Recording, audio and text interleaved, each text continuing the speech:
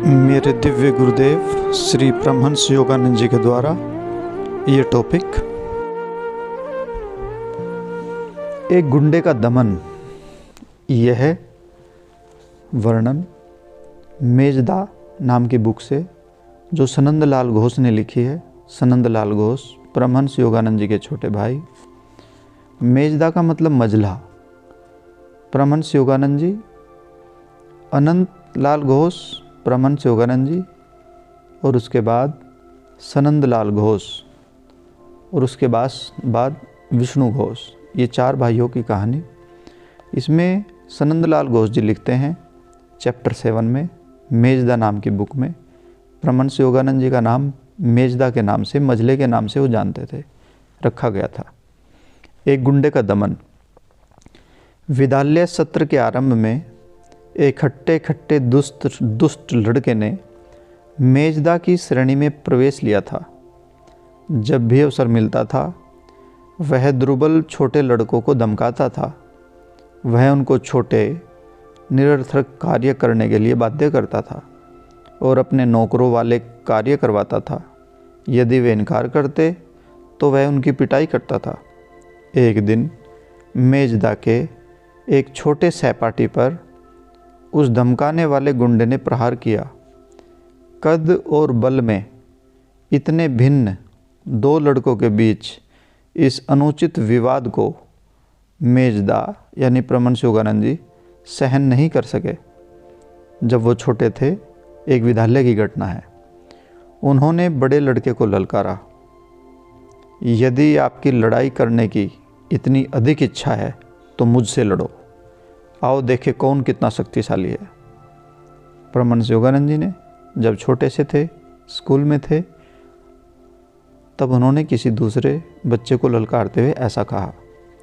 निकट खड़े अन्य लड़के मेजदा के शब्दों को सुनकर चकित रह गए। वे उनके जीवन के प्रति आशंकित हो उठे।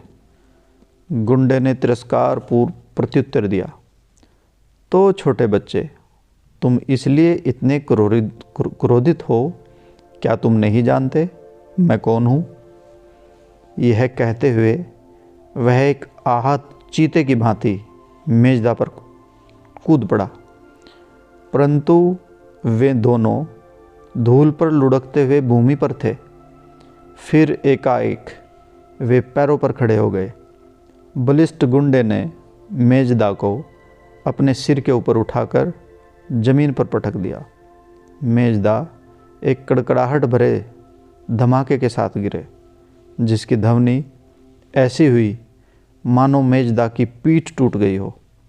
अत्यधिक भयभीत होकर मैंने लड़ाकुओं के चारों ओर खड़े हुए लड़कों की भारी भीड़ को चीरने का प्रयास किया, परंतु मैं उन्हें हटा नहीं सका। मैं रोने लगा। मेजदा कितने पीले पड़ गए थे। मैंने अनुभव किया कि वे हार गए हैं। गुंडा दूसरी ओर मेजदा को ऊपर उठाने के लिए उन पर झुका, परंतु उसके ऐसा करते ही मेजदा ने अपने आक्रमणकारी की गर्दन को अपनी बाहों के घेरे में कस लिया। गुंडा चौंक पड़ा। वह इस दांव के लिए तैयार नहीं था। उसने मेजदा की पकड़ को खोलने का असफल प्रयास किया। इसमें असफल रहने पर वह मेजदा के सिर को पकड़कर जोर जोर से ज़मीन पर बार बार पटकने लगा। मेजदा अपने फंदे की पकड़ को छोड़ने वाले नहीं थे, यद्यपि वे प्रहारों की मार से लगभग अचेत हो चुके थे। गुंडा सांस के लिए हाँफ रहा था। उसका चेहरा लाल हो गया था। मेजदा ने दूर से आती प्रतीत हो रही ध्वनि से दृढ़ता से कहा, कहो कि तुम फिर किसी से झगड़ा नहीं करोगे। यद्यपि बड़े लड़के का दम घुट रहा था, फिर भी उसने मेजदा को कोसा और पुनः उसका सिर पकड़कर जमीन पर पटक दिया। किसी तरह मेजदा ने अपनी चेतना को बनाए रखा। उन्होंने ललकार कर कहा, जब तक तुम अपनी हार नहीं मानोगे मैं तुम्हें मुक्त नहीं करूँगा। उस समय गुंडे लड़के की आंखें बाहर निकल रही थी। वह जान गया था कि वह और नहीं लड़ सकता। ठीक है, उसने दम घुटते स्वर में कहा, तुमने मुझे हरा दिया है, अब छोड़ दो। मेजदा ने उसे अपनी पकड़ से मुक्त कर दिया। दोनों लड़के जैसे ही खड़े हुए वे हाँफ रहे थे और काँप रहे थे। मैं दौड़कर मेजदा के पास गया और देखा कि मेजदा की पीठ और सिर के पीछे चोट लगी थी और रक्त बह रहा था, परंतु मेजदा को मानो उसकी कोई चिंता ही नहीं थी। जो विजय उन्होंने प्राप्त की थी उससे उनका हृदय अत्यंत प्रफुल्ल था। तथापि वह गुंडा अपनी हार स्वीकार नहीं कर पाया। उसने अचानक मुड़कर मेजदा पर पुनः आक्रमण किया, परंतु इस बार सभी लड़के बचाव के लिए टूट पड़े। तुमको मुकुंद ने यानी परमहंस योगानंद जी ने न्यायपूर्वक हरा दिया था, वे सभी चिल्लाए।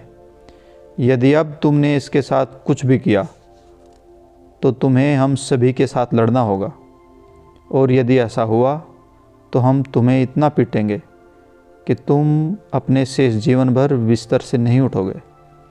सभी लड़कों को अपने विरुद्ध संगठित होकर देखकर गुंडा एकदम पीछे हट गया। फिर वह पीछे मुड़ा और भाग गया। मेजदा को दुर्बलों के संरक्षण के रूप में ख्याति मिल गई, परंतु बाद में उन्हें उस क्रोध पर पश्चाताप हुआ जिसके कारण वे झगड़े की ओर अग्रसर हुए।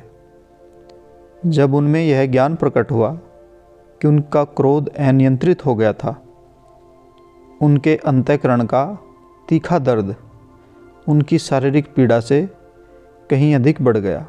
वे जानते थे कि जिनको ईश्वर पर विश्वास है उनके जीवन में क्रोध का कोई स्थान नहीं होता, क्योंकि यह ईश्वर के विचार तक को भी मिटा देता है।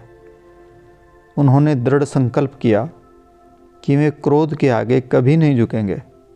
इसके पश्चात मैंने कई बार दूसरों को उन्हें चोट पहुंचाते देखा, परंतु उन्होंने कभी भी क्रोध या उत्तेजना प्रकट नहीं की। जब उनके मित्र गलती करते तो वे दृढ़ता से उनको फटकार लगाते थे, आवश्यकता पड़ने पर बार बार, परंतु अत्यधिक धैर्य और आंतरिक शांति के साथ ऐसा होता था। यह घटना सनंद लाल घोष के द्वारा चैप्टर 7 पेज नंबर 94 पर दिया गया एक प्रकरण था, जिसमें परमहंस योगानंद जी के बाल जीवन पर उनके छोटे भाई सनंद लाल घोष की टिप्पणी थी। जय गुरु जी।